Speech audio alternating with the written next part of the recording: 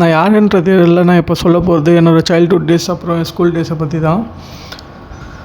100 பேர்கிட்ட கேட்டால் அதில் 99 பேர் சொல்கிறது எனக்கு மறுபடியும் ஒரு சான்ஸ் கிடைச்சா நான் என் சைல்ட்ஹுட் டேஸ் அண்ட் ஸ்கூல் டேஸ்க்கு போகணுன்னு தான்.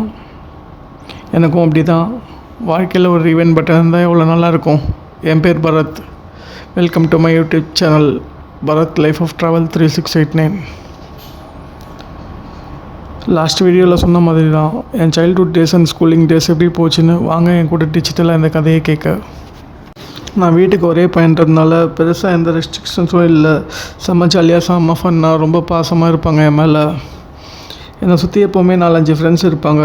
நாங்கள் இருந்த ஏரியா நேம் சைதாப்பேட். நாங்கள் இருந்தது ஒரு பெரிய காம்பவுண்ட் வீட்டில். உங்களுக்கு எத்தனை பேருக்கு காம்பவுண்ட் வீட்னா என்னென்னு தெரியும்னு எனக்கு தெரியல ஃப்ரெண்ட்ஸ். சிம்பிளாக சொல்லணுன்னா எல்லாேருக்கும் புரிகிற மாதிரி ஒரு 10-15 வீடு இருக்கும் ஒரு பில்டிங்கில். அந்த பில்டிங்கு பேர்னா காம்பவுண்ட் வீட்னு சொல்லுவாங்க. எல்லாேருக்கும் ஃபஸ்ட்டு லவ் மறக்க முடியாத நினைவாக இருக்குன்னு சொல்லுவாங்க. எனக்கு ஃபஸ்ட்டு லவ்வும் சரி, எனக்கு ஃபஸ்ட்டு சைல்ட்ஹுட் ஃப்ரெண்டும் சரி, இன்னமும் மறக்க முடியாத ஒரு ஞாபகம் தான். என் ஃபஸ்ட்டு சைல்ட்ஹுட் ஃப்ரெண்டு நேம் வந்து பார்த்திங்கன்னா கௌதம். அவனை பற்றி சிம்பிளாக சொல்லணுன்னா நான் சொல்கிறது மட்டும்தான் செய்வான். என் கூடயே தான் இருப்பான். சின்ன வயசுலேருந்து ஒன்றா விளையாடுவோம், ஒன்றா டிவி பார்ப்போம். எப்போவுமே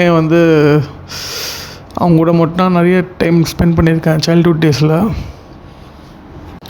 காம்பவுண்ட் வீட்டில் இருந்ததுனால என்னமோ எனக்கு எப்போவுமே தனிமையாக இருக்கிற மாதிரி ஒரு ஃபீல் எப்போவுமே வந்துடல. எப்போவுமே என்னை சுற்றி ஃப்ரெண்ட்ஸ், அக்கா, ஃபேமிலி, அத்தைங்க, அம்மாங்க, தாத்தாங்கன்னு சொல்லிட்டு ஒரு ஃபேமிலி எப்போவுமே என் கூட இருக்கிற மாதிரி ஒரு ஃபீலாக இருக்கும்.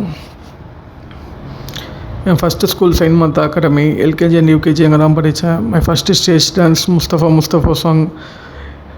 இன்னமும் அந்த ஃபோட்டோஸ் வீடியோஸ்லாம் பார்க்கும்போது ஒரு நல்ல மூமெண்ட் ஆஃப் லைஃபாக இருக்கும். எனக்கு அப்போனா ரொம்ப பிடிக்கும். என்னோடய ஃபஸ்ட் ஹீரோ எப்போவுமே என் அப்பா தான். அப்பாவுக்கும் எனக்கும் பிடிச்ச subject maths.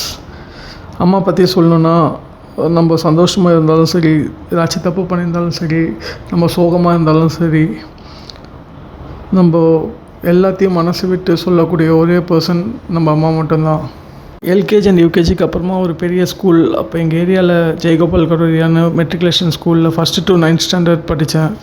First to 6th நல்லா படித்தேன், நல்ல ரேங்க். பட் ஆஃப்டர் 6th விளையாட்டு தந்தனால ஸ்டடீஸ் கம்மியாகிடுச்சு. நிறைய சப்ஜெக்டில் ஃபெயில். அப்போது என் வாழ்க்கையில் ஃபஸ்ட்டு சம்பவம் ஆச்சு. அடுத்த 3 வருஷம் ஸோ டிஃபிகல்ட். ஒரு ஸ்டேஜில் ஸ்கூல் டேஸே வெறுக்கிற அளவுக்கு ஒரு பெரிய பிரச்சனை ஆச்சு. அப்படி என்ன ஆச்சு அந்த 3 வருஷம்?